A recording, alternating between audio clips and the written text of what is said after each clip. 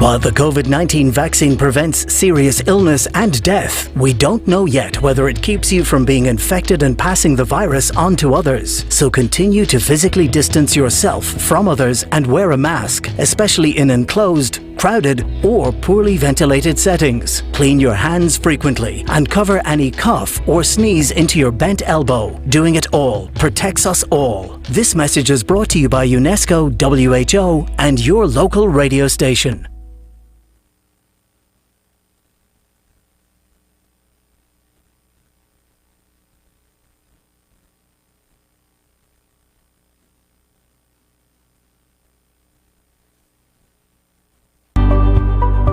There's nothing good about jail. I don't want to be here. My father told me that as far as he was concerned, I could stay in the home forever. Our children deserve a chance for change. Children make mistakes, and child justice reform can help everyone to address these mistakes appropriately. Instead of sending a child to adult prison, let us give them alternative sentencing. We must divert our children from the court system through a holistic and systematic approach to addressing their offense and their road to rehabilitation. Rehabilitation helps child offenders to grow, change, learn from mistakes, accept responsibility, and make better choices. Reintegration of child offenders into the community after rehabilitation benefits the child, the family, and the community with a more productive citizen.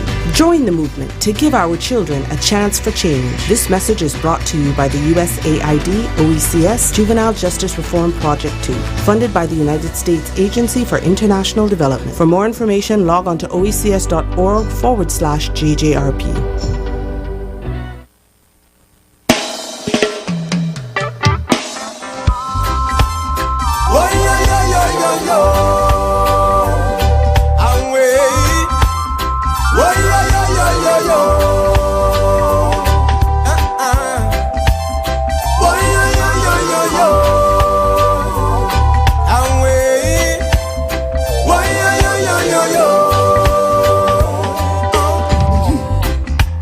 Tell me what you think about Marco. 16 minutes moving away from the hour of 9 o'clock. Good morning once again and welcome to our program, Policing With You. We're going to take a break, get a word from our sponsors, and we'll be back to introduce our host for this morning because, you know, we have rotating hosts and our guests as well. Don't touch that dial. Stop standing in long ATM lines to withdraw cash. Use your national debit or black cards to complete a wide variety of transactions at supermarkets, variety stores, gas stations, pharmacies, and more. Shop online at the most popular websites and stores for quality brands using your national debit or black cards. And take back your time to enjoy all the things that you love to do. Remember, instead of waiting in long ATM lines to withdraw cash, use your National Bank cards today. National Bank, always here.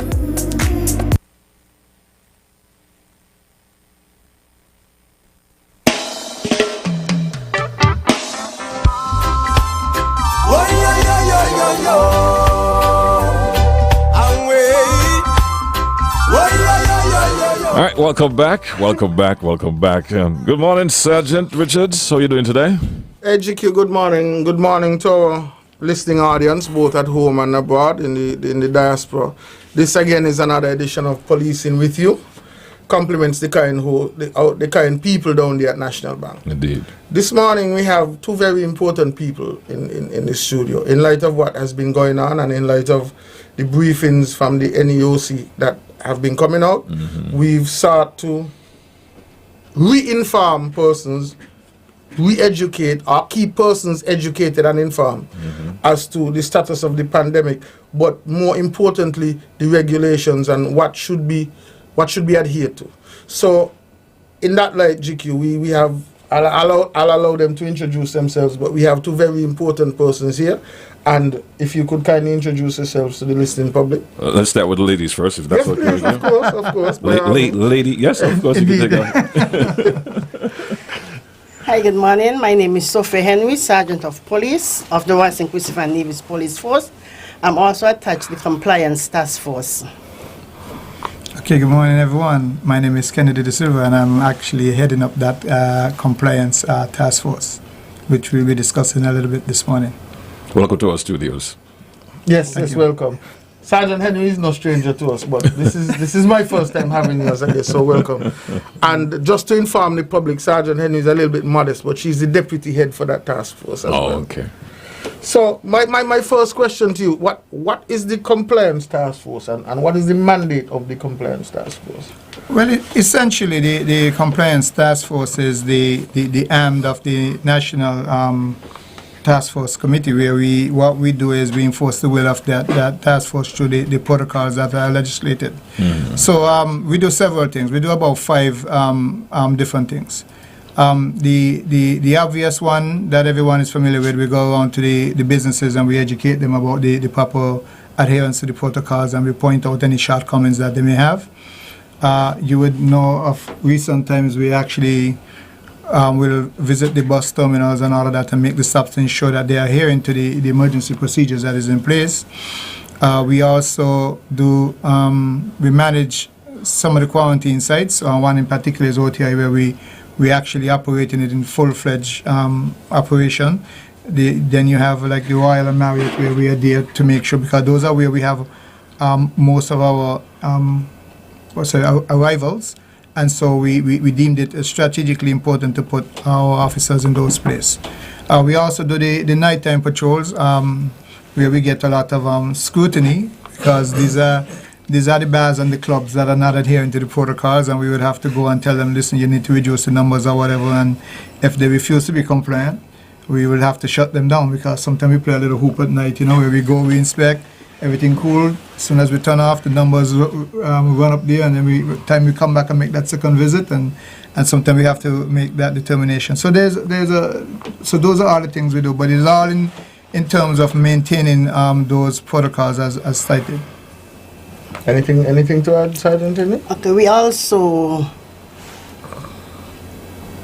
visit the airport for arrivals and departures, and we mostly station at Reggae Beach for person who is traversing from St. Kitts to Nevis to be quarantined, to make sure that nobody get in contact with the quarantine guests.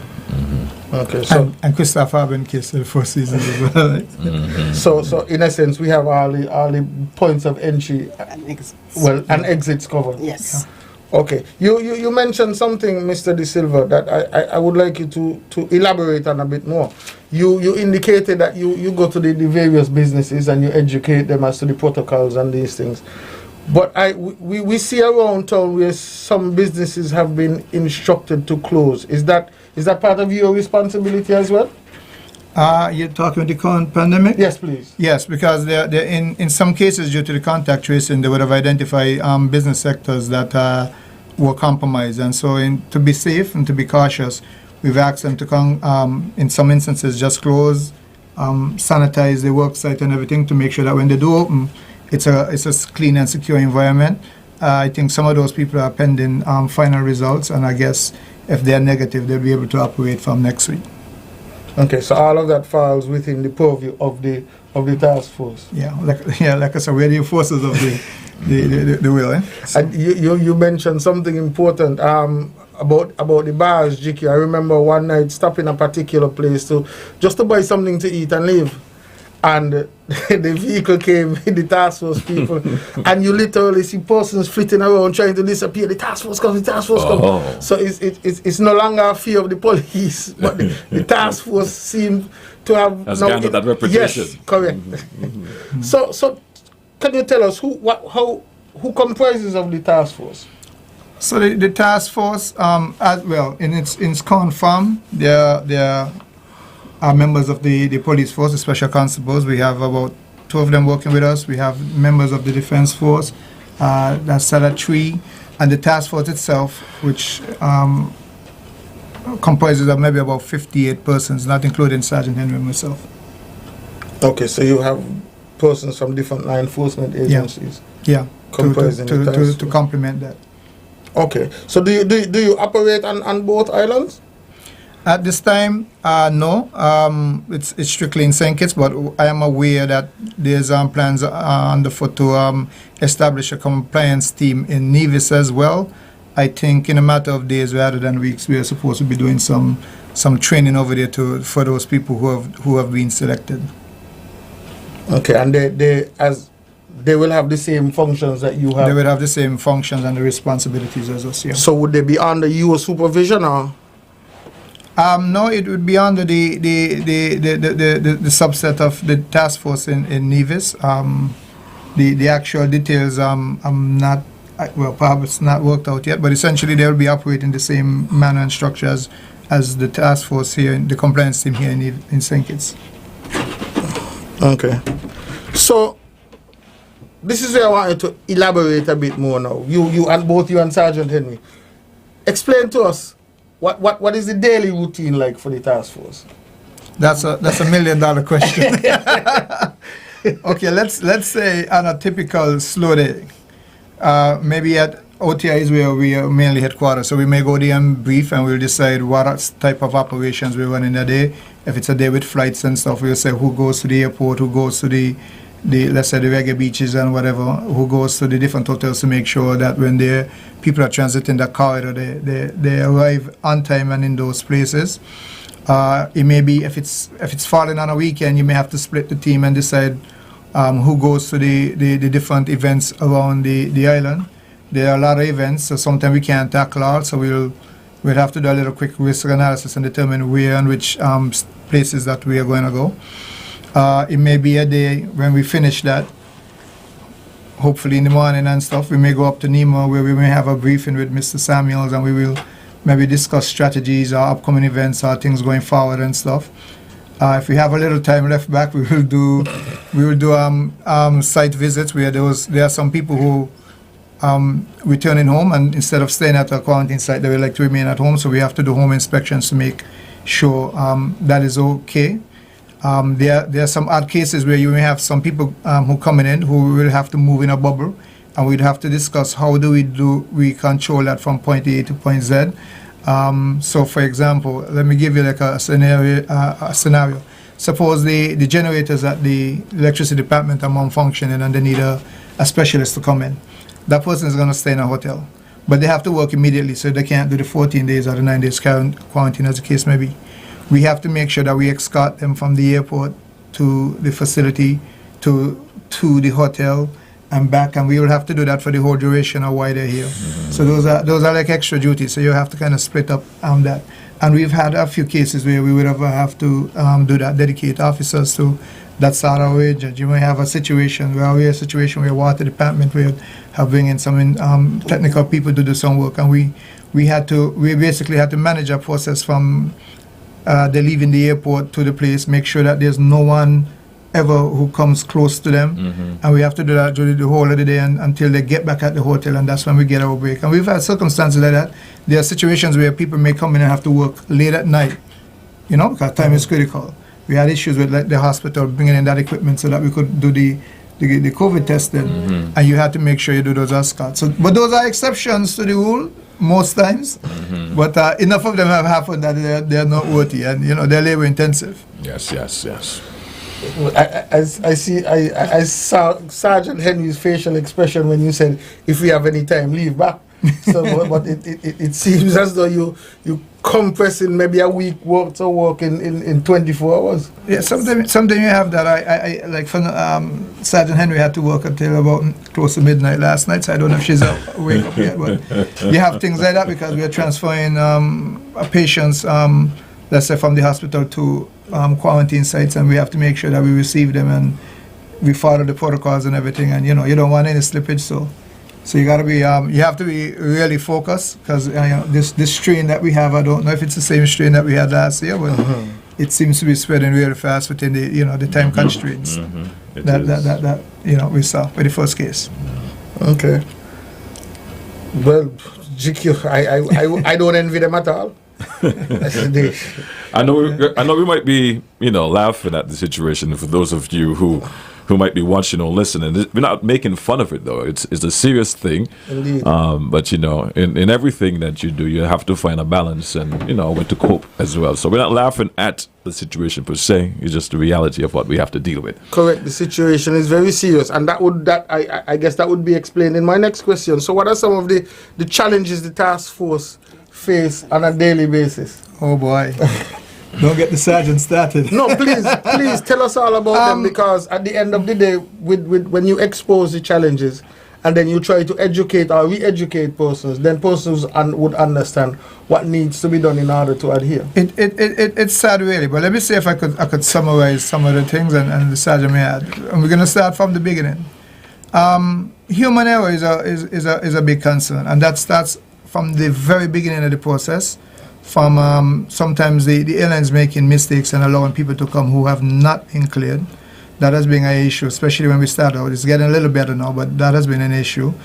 You've had simple mistakes that are made at the quarantine site that could cause a problem. But even before you get to the quarantine site, so you have, even with the transport moving from that point A to point B, you've had operators who were trained and understand what they should do, deviating from those protocols, maybe trying to make stops here and trying to accommodate people and all of that, which compromises the integrity of the system. And then, of course, you have there was a sentiment until recently that we don't have a COVID here, so fellas are very relaxed. You're not doing the basic things from, as a normal citizen, to wearing your mask, sanitizing, keeping the distances. And we've seen the effect of that with how why the COVID is now spread throughout our community. And then again, you have the businesses. Some of them are not adhering to the protocols against their lax. Maybe they're looking at costs and they're trying to cut costs, because we know it's a hard time. And what their costs and their costs, right? And so and sometimes you see the effects of that too. And another sad situation we are seeing, like government and public institutions that ought to know better, supposed to be supporting the initiative of the government, are being very lackadaisical with the adhering to those protocols. And again, I guess it's human nature. We didn't have any real cases in the community in a while, so you see that lax, and now you're seeing the results of that lax. So certainly the business community and the government service needs to pay more attention to the social distancing in the offices. I know we like to visit stations and all of that. You may have to curtail those things and say, if you're working in this unit, you stay in that unit. If you're going from unit to unit, you need to sanitize. And, the little steps that you could take that go a long way into saving it. Because as deadly as the disease is, simple sanitization and washing your hands and all of that keeps it at bay. And of course, wearing the mask. With your permission, Sergeant, can we take a break? Of course. All right. So what we'll do after the break, we'll come back and we'll open the lines if anyone have any question, and we'll continue with you as well, Sergeant. And of course, this morning program is coming to your compliments, National Bank. Stop standing in long ATM lines to withdraw cash. Use your national debit or black cards to complete a wide variety of transactions at supermarkets, variety stores, gas stations, pharmacies, and more. Shop online at the most popular websites and stores for quality brands using your national debit or black cards. And take back your time to enjoy all the things that you love to do. Remember, instead of waiting in long ATM lines to withdraw cash, use your national bank cards today. National Bank, always here. Lisa, I'm tired of trying to figure out how to make ends meet. Girl, I have to figure out how to keep clothes on my children's backs and help my children realize that they need to turn off the lights, stop wasting water, and behave in school. Barman, you hear what those women are saying? Me and my wife just had a big argument about the same thing. This is a strong woman, but these days she's acting different. She does not even want to leave the house anymore. You need to do something. When a woman do not want to go shopping, something definitely wrong. Boy, I hear them talking about stress and how this pandemic is causing people to have COVID stress. It sounds like that is what happened to your wife. That might be true, but what can I do about that? I hear that they are having workshops to help people figure out how to recognize the signs and symptoms of stress. I think we should check this out. They say an ounce of prevention is worth a pound of cure. definitely check it out, mister. The workshops on St. Kitts will be held at the Medical Associate Building on Victoria Road, starting 4:30 p.m. June 16th and every Wednesday until August 18, 2021. The youth sessions will be on Saturdays. In Nevis, the workshops will be held at the Credit Union Conference Room on Chapel Street, starting 4:30 p.m. June 17th and every Thursday until August 19, 2021. Youth session will also be on Saturdays. For further information and reservation, please call 665-8601 or 466-5569. All COVID-19 protocol will be observed. These events are being sponsored by Nelson Spring, Purified Natural Spring Water, West Agency Limited, the home of Lady B, Mark Twain, and the Sea Hustler, in St. Kitts VKN Kitchen. Remember, you can go from COVID stress to wellness.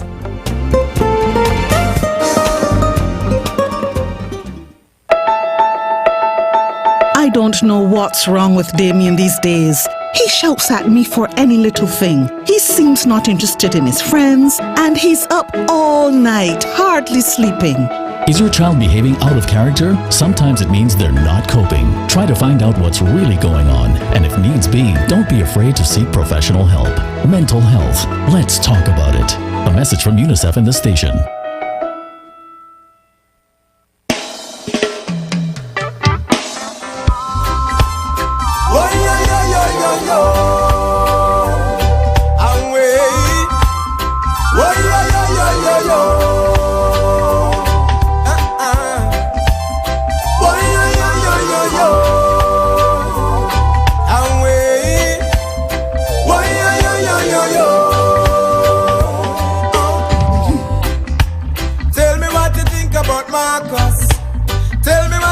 All right, welcome back to our program.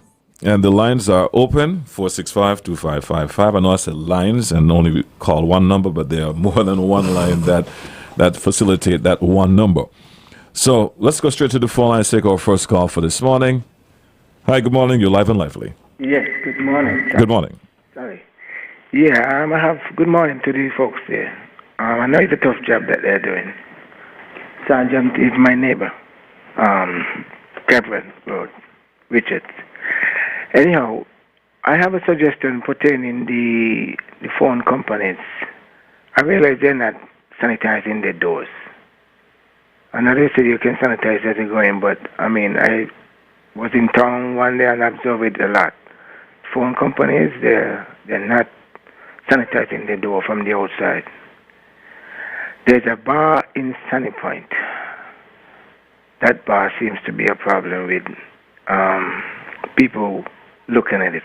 Every time I pass here every week, 5, 6, 10 people here, nobody have an mask. And I don't have the police check it out. The last one, I want to suggest a suggestion to the police.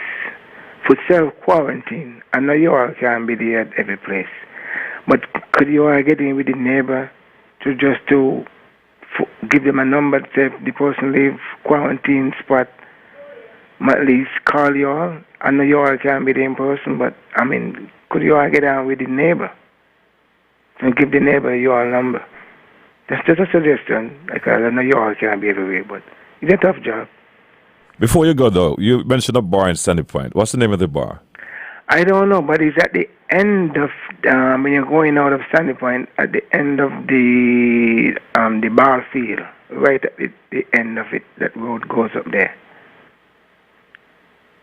All right, thank you. Yeah, that one need really check it out. They have a high school there too, so people are always hanging out there. But please, somebody check it out. It needs to be checked serious. All right, thank you. And we don't have any more calls at the moment. I have another question here, though. This person is asking, if you get compromised on the job and you quarantine at home, what now? Can you? No, I would like that person to type that question over, or you can send a voice note. It's not clear. They're saying if you get compromised on the job and you quarantine at home, you can't be in your yard. Yeah, it's not too clear.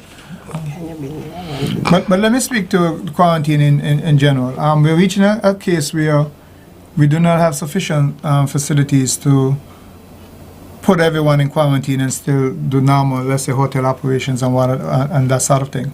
One of the things that the task force is doing and with help is they're creating an app where they would be able to track your geolocation to make sure if you go out of that geo fence that we can know that you're abusing it.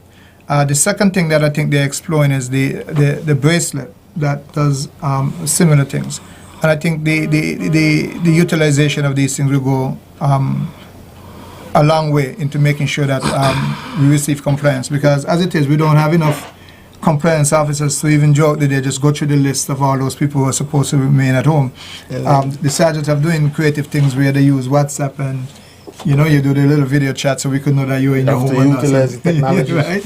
Yeah, but it doesn't work in all circumstances. And so, yes, there needs to be a whole approach. But there's some personal responsibility that needs to take place too. Why would you, if you know that you're a potential case or a positive case, go into your community and spread it amongst your friends and family and stuff? It shows a lack of empathy on your part, and some personal responsibility need to be considered when you're doing this. It's like hell. You want to spread it to your friend and your family, and you could take some preventive cautions. All right, the question got cleared up now. If you're quarantined at home, can you be in your yard? Yes, you can be in your yard because we consider that's your space, but you shouldn't be at the wall hanging over talking to your friend in the neighboring yard, right? You got to keep the distance from people. But yeah, sure, because even from our experience managing the quarantine sites, you recognize some people need a little fresh air, they need to go outside and all of that. You will be surprised how irritable persons become when they're confined to their rooms for that length of time. So sometimes you allow little, like there'll be a guy who might order things twice. He order a drink one time and order a piece of food sometimes so that he gets a chance to come outside 2 times to collect it, So, you understand that. So a little give and take. So certainly you can use your yard, but like I said, don't lean in over the fence talking to your neighbor because you need to protect your community as well. All right. Okay, let's go back to the phone line and let's take this call. Line 3, you are live and good morning. Good morning, lady. Good morning, gentlemen. Everybody on board this COVID thing. I want to say thank you for the education that you're giving to the public. And I just want you to remind all folks that you can activate backup if you so desire. And don't make it sound as if your force is so small, because you can engage the police for extra manpower if you do need so. It's a community responsibility. It's a responsibility of you and me and all of us. And I think by virtue of the office of a police officer, he could ask someone to put on their mask, or someone in the public could remind someone to put in their mask. Sometimes someone could get lackadaisical and forget that they're not wearing it. And if you give them a friendly reminder, they probably will comply. But to shout at someone and say, put on your mask, the best thing is to do is to lead by example. Make sure you're wearing yours, protect yourself, because we are all in this together. No one wants their freedom to be taken away, to be isolated for 2 weeks quarantine, and you don't want your lungs to be filled as if you're in a pool of water and you're drowning from COVID. So it is very important that we take these issues and the protocol very seriously, because they're serious. It's a life and death matter. This is no joke, and no one wants to die slowly as a death that this will give you. Ladies and gentlemen, thank you very much for carrying out the task that you have given to do so, and it's a very important job you're doing, and let the whole community work with you and make your job easier. You may be 2 and 3, but you are many. Have a good day. Thank you so much. Well, that's great to know. I know I said this off here, but coming off of the heels of that caller, let me just reiterate what I said off here. There's a person listening and appreciate the angle that we are coming from this morning and appreciate what you guys are doing behind the scenes as well. Over to you, Sergeant, while we wait for some more calls. Yes, so Just to continue, Sergeant Henry, what are some of the enforcement challenges the task force has? And I see Mr. De Silva laughing. I don't know if that's because the list is so extensive or maybe he has stories to share. Yeah, but what are some of the enforcement challenges that the task force encounters on a daily basis? Okay, some of the challenges that the compliance task force officers meet on a daily basis. When you go to the events in the night, especially you know the amount you are allotted, and you want to go over that. When you approach the organizers either physically or verbally abuse you. Even the patrons who are there, they say all kind of things, but I said to them sometimes, it's not we you have to be vexed with, because when someone apply for an event, they know how many persons they were allotted. But some of us, as we are human beings, we play greedy. We want to take more than what we're supposed to have. So we're going to enforce the law, they vex with us, and we have to close them down. Even the buses, then when we stop the buses, for me example, when I stop the buses, they're going to stop. Can you pull over on this side? They don't want to move. I said, if you don't move, it's obstruction. They're going to come over. When you talk to them, the persons in the buses, they're abusing. Sometimes the busmen, them, not saying anything, but sometimes the persons, the reaction from them is like, okay, if you have more than what you have, because right now it is saying that you only could carry 2 persons per seat and 1 in front, which is 9 passengers plus the driver. If you meet a bus with more than that, you're going to take the excess off. And they're going to vex. But you know what you're supposed to do to comply. Other things, when you go to the supermarkets, persons in there, they have their mask not wearing properly. When you talk to them, they stoop or they push up their face. Yes, but the life that you're going to save right now might be yours and even your family. So we're not telling you because we want, because it's something that we have to put in place because of what's happening right now. So they're making an already difficult job far more difficult than it should be. Yes, and then because some of the officers, they are not police like myself, so they're not going to give them the respect. So in other words, let me use me as an example. I'm coming now to this individual X, and then hey, you're on the ear, you're no police, I'm going to take you on. Something like that you're saying. Yes. Exactly. But as long as I'm with them sometimes, you'll get the respect. But if they have to go by themselves, there's a lot of challenges they face. I understand. And that shouldn't be GQ, because therein lies the difficulty. The fact that they are members of the task force means that they're under the umbrella of the task force, so they have the authority. Whether whatever you think about them personally makes no difference. They are members of the compliance task force, and they have all the powers and privileges allotted to the task force. So being disrespectful to them is really makes no sense, in my opinion. Because at the end of the day, you still have to comply. And as the sergeant would have indicated, the life that you save may very well be your own. Indeed. Let's back to the phone line. Line 1, good morning. Oh, we lost that one. Let's try line 3. Good morning, you're live. Morning, Mr. Libers, and to many people that is on the air with you of this program. Very educational and interesting. I heard a young lady speak about the resistance of people who they speak to about not applying the protocols. Is there any action can be taken? And if so, why aren't there? Because when these things are done, people get more, not serious concern, and no, definitely they are the next person in line to be charged. However, I do respect the fact that task force is doing a tremendous job, but in some cases, because I am someone who works and transport people, they can be more observant, and I would hope that they do. I'm not blaming them for the mistakes. It's an error. We all are human beings, but I'm just hoping that they can correct them. Have a good day and take care of you all. Bye-bye. All right, thank you for your call and your support. Let's take this next call. Good morning, you're live. Hey, good morning.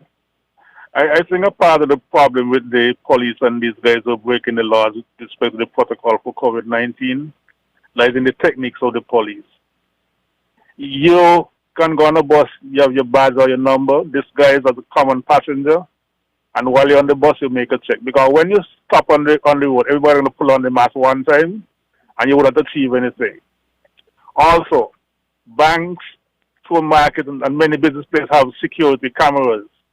Why can't you go there at a certain time, look at the footage, and send people a postcard? When they know that this is happening, they're going to be very careful in their behavior. Anyway, thank you. All right, thank you for your call as well. Any response from any one of you? Oh, that's it. Well, I hear what the caller is saying. I think one of the issues that we fall on, I take full credit for, is we took a while to gazette those tickets and have them available, those ticket books and dispense. We've now corrected that, and the police have picked up some fines along the way, and I think due to that and the actual physical enforcement of going out there and dealing with it, we get in better compliance. But you have cases like, let's just say we're dealing with the buses, for example. We have cases where they may leave the bus terminal with the correct numbers and they pick up people along the way. And what we've had to do is actually go on the outskirts and catch them coming out, and then they would have the excess load. Yeah, and you do that. I saw exercise that I wouldn't say I'm using, but it amazed me the amount of persons we were able to catch just a little quarter mile out of town. And I'm saying it's almost willfulness on board the part of the bus driver and the passengers involved. But I suppose maybe everybody wants to get home and so you take shortcuts, and the shortcuts leading us to where we are today. Correct. Before you go back to the phone lines, GQ, just to address an issue, Mr. De Silva, if you could make it clear for them. The sergeant spoke to persons not respecting the civilian employees of the task force. But could you outline for the listening public exactly where the powers of the task force come from, so that persons understand what pieces of legislation or what policy gives the task force the power they have, so that the public understands that when you can't just disrespect any member of the task force willy-nilly, whether they're police or civilian? Well, what I'll say is, forgive me for not being able to cite the numbers. There have been so much irritations with the regulations and stuff. But essentially, the sergeant has it as a fingertips. Right, so the last one, number 47 of 2020, it outlines the powers of the compliance task force, and most importantly, it outlines what the fines and penalties are for violation. So you could end up in a case where you're paying anywhere between $100 or $5,000 for that violation. Even the mask wearing, if we decide to charge you on the street, it could be $100. But in some circumstances, if we catch you not wearing it on that public transport, it could be $500. So I'm saying, why you go through that effort as opposed to just putting the mask on your face and you avoid that? So, it's a kind of common sense thing, And then somebody can say, give you a break at that point. But I mean, really... Why should I give you a break at that time where you had ample time to fix that error? And we've been warned by the health department for over a year now. This is the things that you must do. These are the steps you must carry out. These are the little things you could do to mitigate infecting others and all of that. Why reach a stage where you have to pay a fine? We've been doing the dry run for a year now, so that when we do get a breach, which we have, that we should have been more than ready than we seem to be today. I mean, even the simple things like taking the vitamins, if you see the vitamin C, the B12, the zinc, the vitamin D, because all these things were outlined. When we had those outbreaks in Italy that was killing off a lot of people, and they do the autopsy, they're telling you what was lacking in your body and stuff. So we're supposed to be ready, because we've had time to prepare, and we knew. St. Kitts and Nevis is not in a bubble. We're not on a different planet. We're in the world, and we see what's going on in the world. And due to good intervention, we've had a year where we could have gotten our I just say God's mercy. Well, God's mercy, sure. We had an opportunity to be prepared, so that when the war, if you want to use those analogies, when the war comes, your troops are armed and prepared to take it to battle. So. It's almost ridiculous that we're at this stage so late in the game. And still asking for chances. Let's go to the phone line. Good morning, your life. Yeah, good morning, General. This morning. I just want to ask a question. Right? Sometimes I see the police officers patrolling in the vehicle, right? And sometimes about 3 or 4 of them, 3 plus the driver is 4, and they don't have any mask at all. And sometimes when I stand up and watch it, I say, look, those are the persons who carrying out the law and breaking it because they don't have any mask. We are called that disrespect. And some time ago, I see the Deputy Prime Minister in Bastille with a little boy without no mask. And when you always tell people about $100 to put on a mask on your face, I don't mind putting on a mask. But when you have people in government office is not wearing no mask, I don't think you should supposed to be able to come and say, well, XYZ is supposed to be doing XYZ. Play the game according to how we are seeing it. People coming on the way and speaking because of what they're seeing outside of big, high authority people in government. And I do not like it. Because those are the ones supposed to show example. And leave the poor man alone. I'm not saying he's not supposed to wear his mask. He's supposed to wear his mask really. But when you have officers who wear the crown and do not have on any mask in a vehicle, what do you call that? And the Deputy Prime Minister again, what do you call that?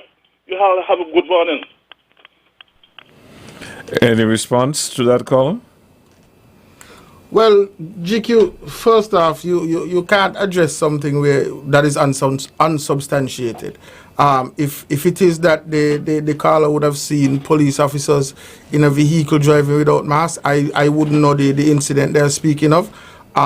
What I can say is most police officers, the high command of the police force has insisted time and time again that all police officers must be protected, must adhere to the COVID rules and guidelines. So therefore, when police officers go to operation, you see police officers in the protective gear, you see them in their mask, you see them with the portable hand sanitizer, the personal hand sanitizers. So I really don't know what incident that person is referring to. If they have seen that, then they're free to report that. As it relates to the Deputy Prime Minister, again, I can't speak to that because I have not seen that. I don't know whether or not there's any credence to that. But if you see these things, you feel free to report them to the competent authority. We have the competent authority right here. Mm-hmm. Before we get back to the line, I just want to say, for me personally, I live here. And I like to use the analogy, if I can't swim, I'm not going into water. So I'm going to do what I can to protect myself, regardless of who is jumping in the water. Me can't swim, so me not jump in there. That's just my point of view. Who don't want to do their thing, that's the business. If you can't swim and you want to jump in the water, that's your story. For me, I can't swim, we stay upon the land. Let's go up to the phone line. Let's try this one. Good morning, you're live and lively. Well, you couldn't say better. I don't have any gill. I have lungs. And who don't want to put on is their business, but I can put on mine. And if the police officer think he's strong and he in a car with fellow officers and he don't want to put on none, or the Prime Minister, or the Deputy Prime Minister, and they don't want to wear no mask, that's up to them, but I can wear mine. Protect yourself. Guard yourself. Wash your hands. Sanitize and wear your mask. Game over. Have a good day. All right, let's take another call. Good morning, you're live. Good morning, GQ. It's my morning. Good morning to Sergeant Richards and Sergeant Henry, and I'm not sure who else is on the panel, but good morning to everyone. I'm thinking that the police need to be more proactive rather than reactive, because I have been seeing people jumping in buses, and police are right there, especially in the West Terminal. Police are right there, people jumping in the buses without masks, no hand sanitizer, nothing. And the police right there. When you ask the police why this happening, police tell you drive along. The police on the West Terminal don't do their work, especially with the buses them that picking up people outside the queue.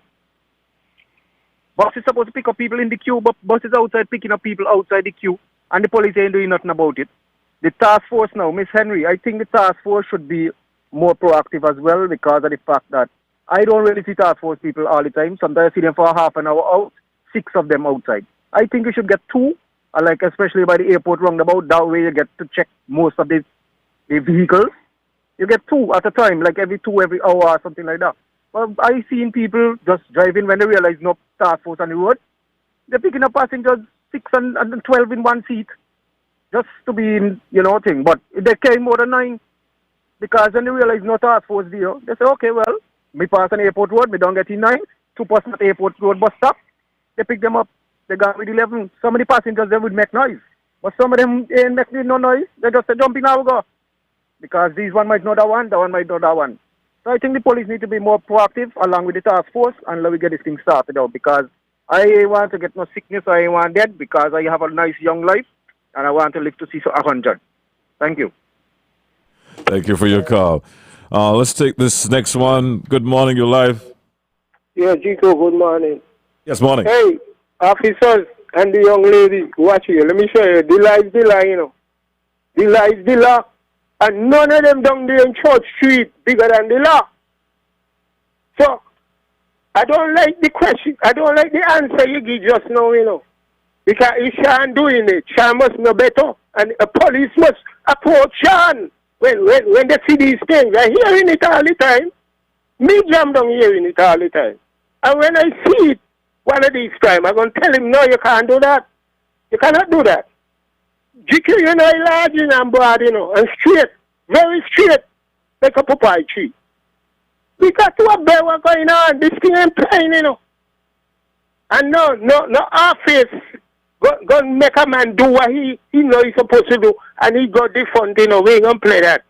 And I want to tell the young lady, use the police. So when you stop a bus, and and the get on with you, you're supposed to do what you got to do. I don't believe in a man, no, he's supposed to carry 9 people in a bus, a driver, and he's going to pick up 14, and the police going to stop him and let them people come out just say, you know, everybody's supposed to get someone. You have got to send the message.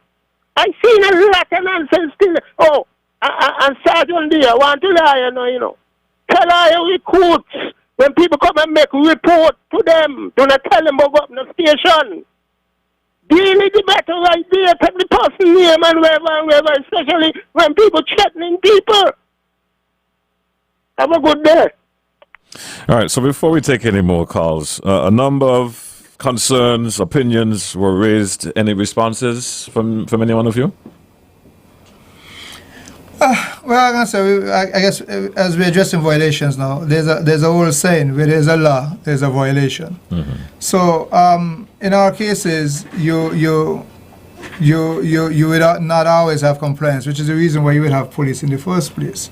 But what I say is, based on your society, is how well you address it, and what we're having is not a politician problem or a police problem. We're having a societal problem. Is the way we think and our outlook on life and all of that. You know, this is a community perception of whether or not COVID is a threat or isn't a threat and all of that.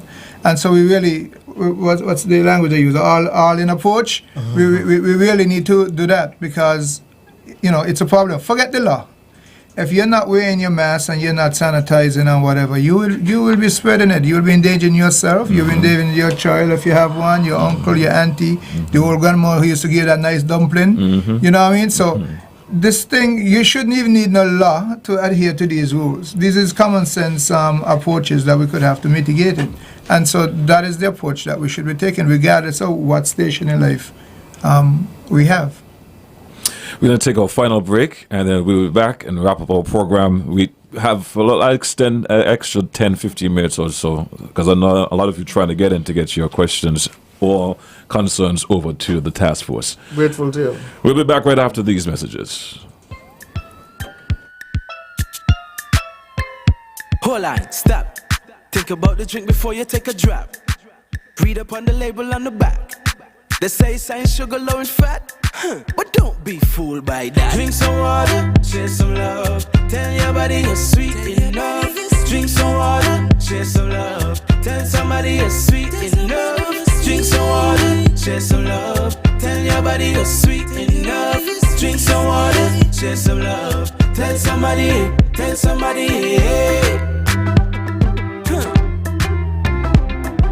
This message is brought to you by Lake Health and Wellbeing.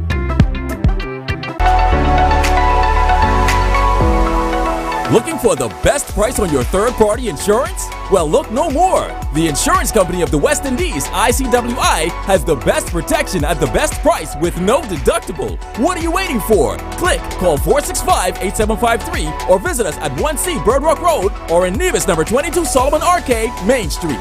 Payment options available.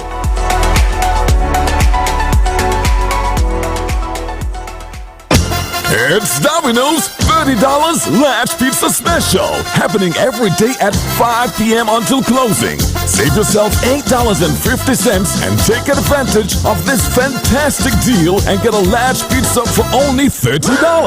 However, this promotion is only available for 3 flavors: barbecue chicken, cheese, and pepperoni. So what are you waiting for? Come on in and get your Latch Pizza for $30 today. Wow, call Domino's. Offer available for carryout only.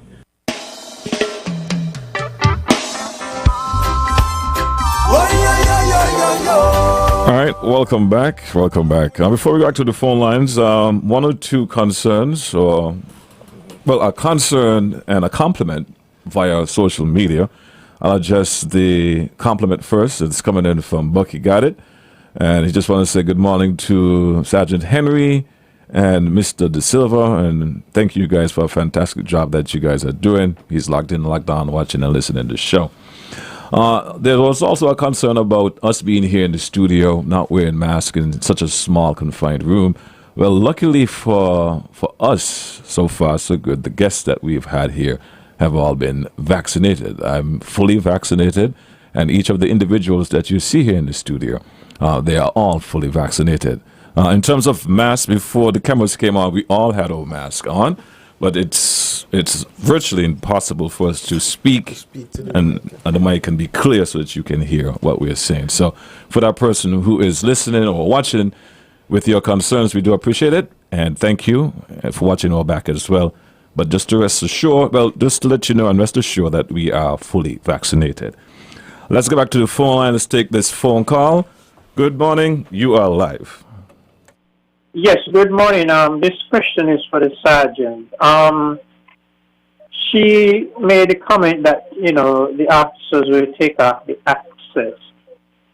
My question is, how will the police determine the access amount? Because I could have been the first person come on the bus and I take a seat up front, and because you now make the stop, is it that you would take off the person in front of you under the presumption that the people in the back came on first? And, I think I know what the answer is going to be, because if you ask who came on last, I don't think anybody would answer because nobody wants to get off. So how would you determine who comes off? That's my question. Thank you. Hi, thanks for that question, but when we stop the buses and they have more than what they're supposed to be carrying, we ask the driver to ask the passengers to get off. We do not take off persons. We just stop him. We say, you have more than what you're supposed to be carrying. You have to let out either 2 or 3, and we stand back. We wait for that. If they do not do that, then we tell him he cannot move unless the excess come off. So the officer do not take off the person. The driver will ask the person to get off. Some people will say, okay, I'm not coming off. Then he'll say, okay, the last person who come in must get off. And that is how it goes. We do not take off persons. Over to you, Sergeant Richards. I guess we have 2 sergeants in there. Yes. Sergeant Richards, sorry. There's a question. Can the compliance officers be on the road after curfew time? For example, if they hear that someone is breaking home quarantine, do they have permission to be on the road after curfew time? So the public, this person wants to know if the compliance task force is authorized to be on the road after curfew. Well, the commissioner of police authorizes who can be off the road. So if he sees it in his interest to do so, he can. So we are enforcing the law. We are assisting the police and all of that. I think there may be 1 or 2 operations where the compliance officers would work alongside with the police. So To me, that is only administrative issues, not really a big issue for us, whether or not. So today, if I want to run an operation at 12 o'clock in the night for whatever reason, I don't think that as a concern. It's just a matter of calling the commissioner. You will remember that he too is a member of the National Task Force, and so we will be guided by his directions. Indeed. Here's a suggestion for you coming in from one of our listeners. This person is making a suggestion for the compliance officers to be more staggered throughout the community opposed to just being down at the bus terminals. What's your take on that? I think what happens, people don't realize what the task force officers are doing throughout the day. So remember I was listening how I didn't even get to do the afternoon. We stopped at the morning. We did some of the things we do. So sometimes we'll be doing the compliance, we just say with the bus terminals and the ferry terminals. Sometimes we'll be doing home inspections. Sometimes we'll be visiting sites. Sometimes we might be doing bubble operations. And so there's a series of duties that we'll be doing throughout the course of the day. So we have to balance that. So it's like a risk management situation. So we come into them and we say, what are the priorities today? You will realize examples like we had the football games over at the park. We're also responsible to making sure that there's no breach of protocols over there. So I may have to decide between going to the park to make sure that there's no breaches or going to the ferry terminal today. And so we have to do a balanced approach because we only have so much officers, and a lot of our resources are actually tied up in the quarantine sites because we have to man them 24 hours a day as well. So it's a balancing game that we have to play every day. So when you ask the question, what's a typical day like? I've never had a typical day, so I'm just giving you an example of what may take place during the 24 hours. Yeah. All right, I understand. But over to you, Sergeant Richards. So we've had the challenges. Now, can you give us? You both have had a wealth of experience, particularly being members of the task force. I know you were both members of two similar groups that existed before they merged them into one. So what are some of your insights? And I would like to hear from the both of you. Based on your experiences about this pandemic, what can you share with our listeners in terms of insights and recommendations, what you've seen happen and what you would like to see going forward in the future? Okay, so let me start with the quarantine sites and then I'll reach out. When people come in from overseas and come to a quarantine site, and I'm going to use like the OTI as an example, right? That's where we're stationed. They expect the treatment as if they're visiting a hotel. It's not a hotel, it's a quarantine site, which means it's a glorified barracks at this stage, okay? There's no one to help you with your bags and, and to cater to your every need. You're basically in a restricted environment and during the course of your quarantine. And so you must appreciate it's that way. We have a lot of rules and regulations here. Of course, OTI is not a government entity, and there are liabilities and stuff if we allow abuses and stuff. So we don't encourage alcohol there because we don't want anybody unruly and damaging the place. We don't encourage smoking there, marijuana use, and that sort of thing. And these is challenges we face. There's things where. Well, we know our society. You're coming from overseas and you expect to bring something for your partner, your brother, your uncle, or whatever and stuff. We don't let things come out of that quarantine site like that because we don't want a situation where there's some cross-contamination. So we hand over something to someone and someone handling it up, a phone, a cell phone, whatever, radio, whatever, and then, COVID leak. And so we don't allow those things to come out. Don't bring fresh produce and things because it's only a small fridge you got here, so don't bring in 10 pounds of fish. There's no place to put it. And these are things that we've had as a challenge.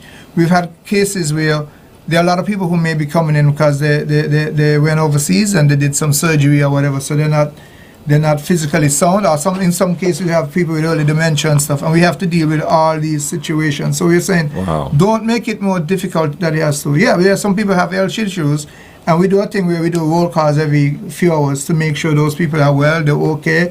We ask you how you're doing and so because you're trapped in a room and you're confined, and your mental wellness is important. And especially if you have those sort of disease, you need to be monitored. And so we are doing everything, you know. So we almost are like an auxiliary hospital or something, and there are times where we would have to call the ambulance because based on what the persons are telling us how they're feeling, you know, to be cautious. Right. We've called for that. So we are saying don't add to that burden, because there's a lot of things that are going on in the quarantine side that you may not take into consideration.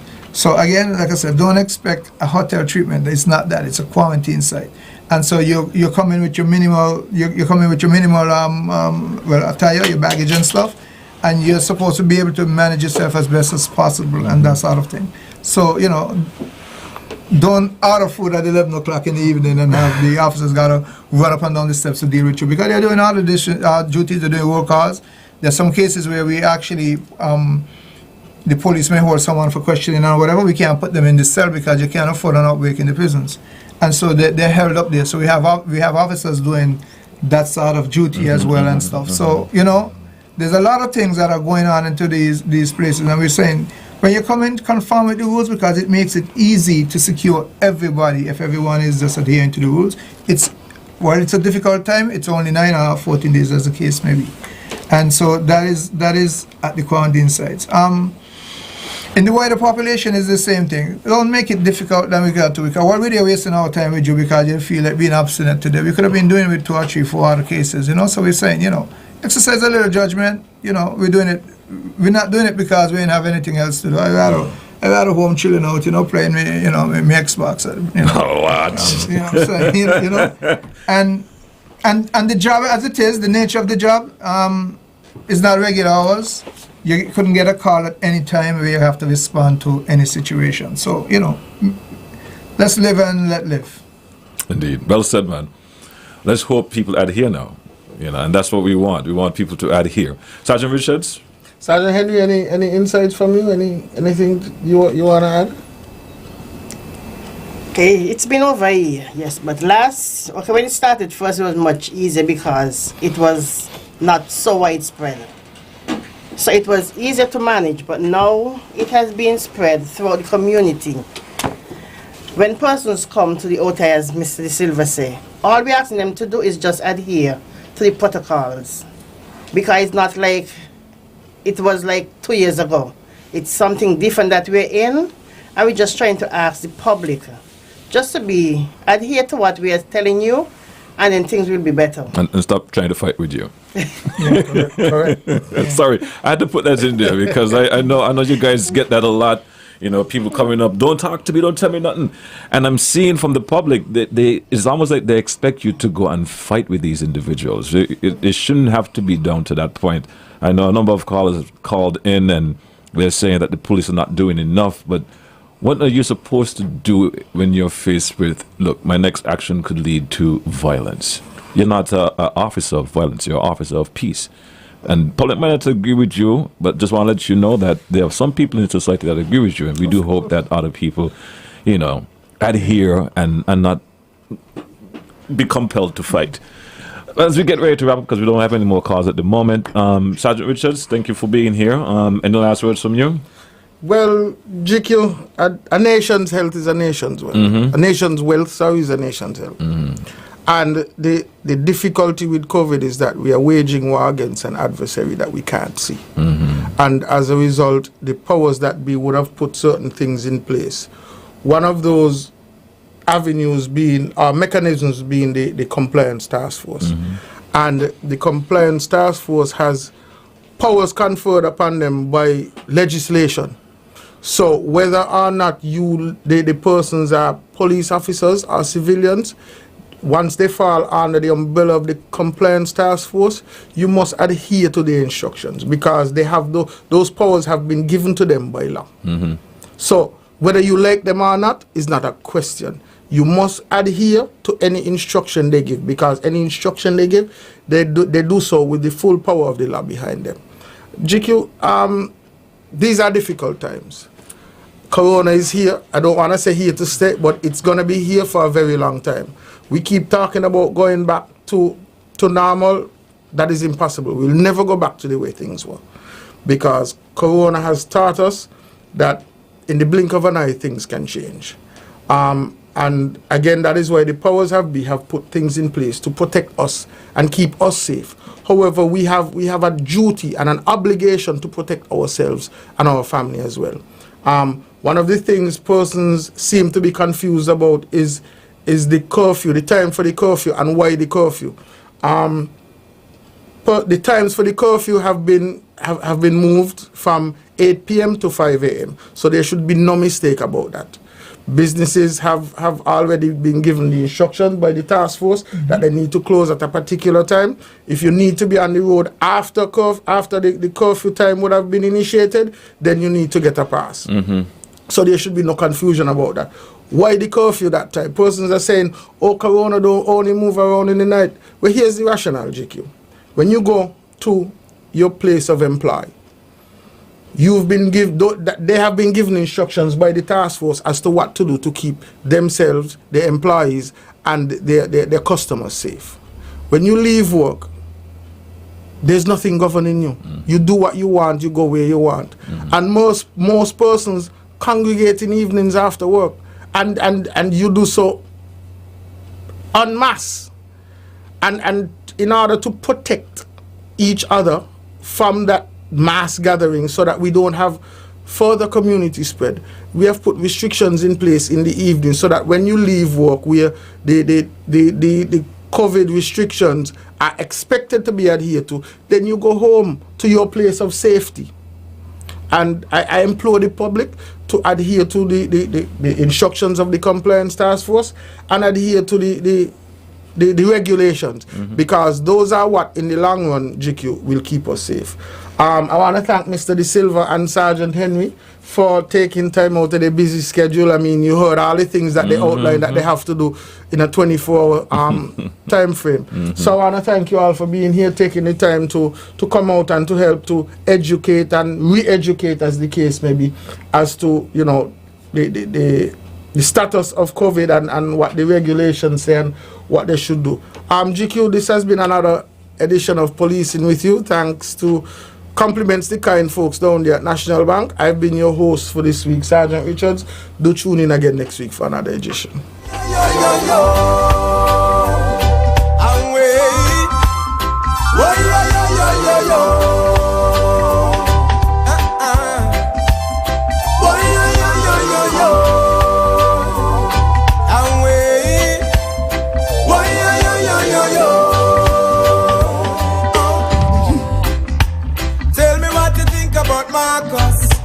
Tell me what you think about Christ. Made their sacrifice now. Tell me what you think about equal rights.